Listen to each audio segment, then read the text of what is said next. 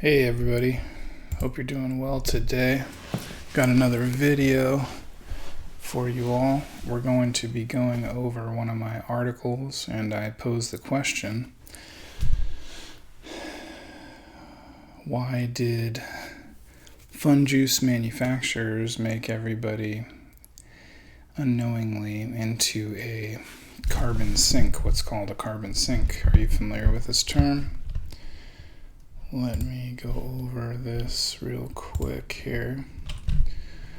So a carbon sink is a natural or artificial process that removes greenhouse gases, aerosols, or precursors to a greenhouse from the atmosphere.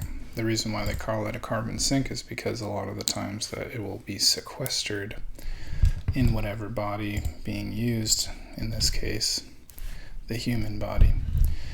So I type this in: ethylene as a precursor greenhouse gas, a colorless gas that is a precursor to various greenhouse gases. So it's effectively a waste product from the petroleum refining industry. In my previous article at savanada.org, it's called "Where Do Fun Juice Mexican Beer Illness Ingredients Come From?" Well, one of them is called polyethylene glycol. It's listed as a preservative, although it does many other different things. In the ingredients list available at the FDA website, we type in polyethylene glycol. So you can imagine how many doses went out over the course of the pandemic. And yeah, just to get an idea of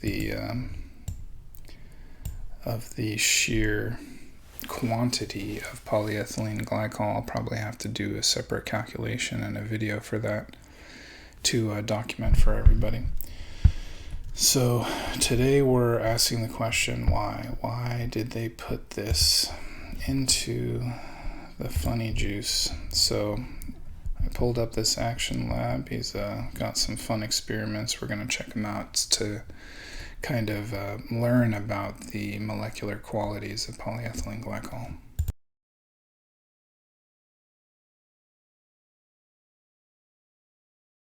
Okay, today I'm going to be showing you some self-pouring liquid. So this liquid I have here, it's called polyethylene glycol. So this liquid I have here, it's called polyethylene glycol. It has a molecular weight of about 1 million. Compare that to water that has a molecular weight of about 18. So normally what happens, if you pour a liquid out like water, you start pouring, you tilt it back up, it stops. It stays about the same level. It obviously doesn't keep pouring out when you pour it. That's because all of the little water molecules, all of the little H2O molecules, they're not really linked together because they're so small. So as soon as you stop pouring, these molecules down here can't pull any other ones out. But polyethylene glycol has a much higher molecular weight, so it has very, very, very long chains of molecules on here, and they're all mixed together like spaghetti in there. And it still just looks like a liquid, but on the molecular scale, there's very long chains of molecules in there all linked together. And so what that does is if you pour the liquid that has already come out starts pulling the other liquid out, and it just keeps pulling it, and it essentially pours itself. Okay, I'm going to tilt it a little, get it started. It should just pull itself out after that. Here we go. That's so cool. So even if you just barely pour it, it just keeps coming out.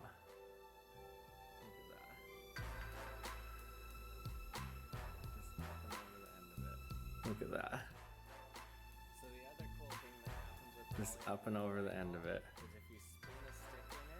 So the other cool thing that happens with polyethylene glycol is if you spin a stick in it, it climbs the stick.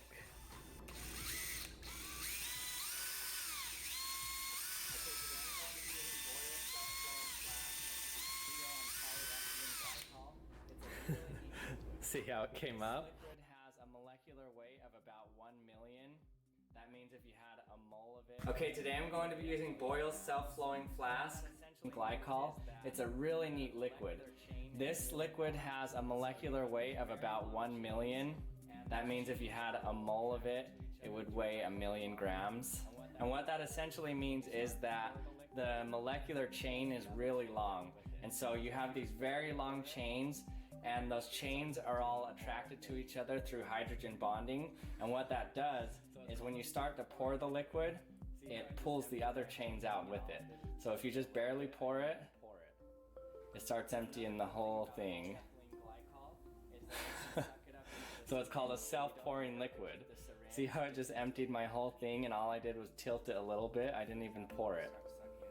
So another cool thing about polyethylene glycol is that you can suck it up into a syringe, but you don't even have to keep the syringe dipped into the liquid. So for example, I start sucking it up. Watch it. So in my previous papers and presentations, I've alluded to the fact that humans have been documented in somewhat of our natural habitats to be able to live between 150 and 200 years of age. And in a previous video, I said that avoiding this type of thing in the fun juice scheduling for all different ages and to enter the workforce or the military, avoiding this type of thing is one way to get to that 150, 200 year mark, because we don't really see any type of fun juice direct injection into our bloodstream of these viruses, which is what exactly the doctor will do through the magic of attenuation. So in another paper and presentation, I believe in the past I've made, there's a very specific quality of nature that utilizes molecular cohesion and different molecular kind of pulleys and levers. You could think of it like that. In order for example, like a tree to move the water through its cellular plexus. Well, the human body does the same thing, using various forms or various relationships of these molecular cohesions. And when we start looking at some of the negative health outcomes that have been associated with taking the fungices, we see that a lot of it has to do with the blood, and there seems to be a lot of mystery surrounding all this, and that's why I'm making the video today. Because one of the things that is causing this issue in the recipients with their blood is this alteration of the molecular cohesion, due primarily, in my opinion, to the propylene glycol, because of the extreme molecular weight that we just went over in the experimental videos. So one gigantic secret that I will share with everyone here and now, anybody who has received the fun juices and who is still capable of original thought, or anybody who has loved ones who have received the fun juices, or friends and family who might be experiencing negative health outcomes with their blood primarily, or their arterial network. It could have a large portion to do with this preservative, as it's listed on the FDA website, the polyethylene glycol.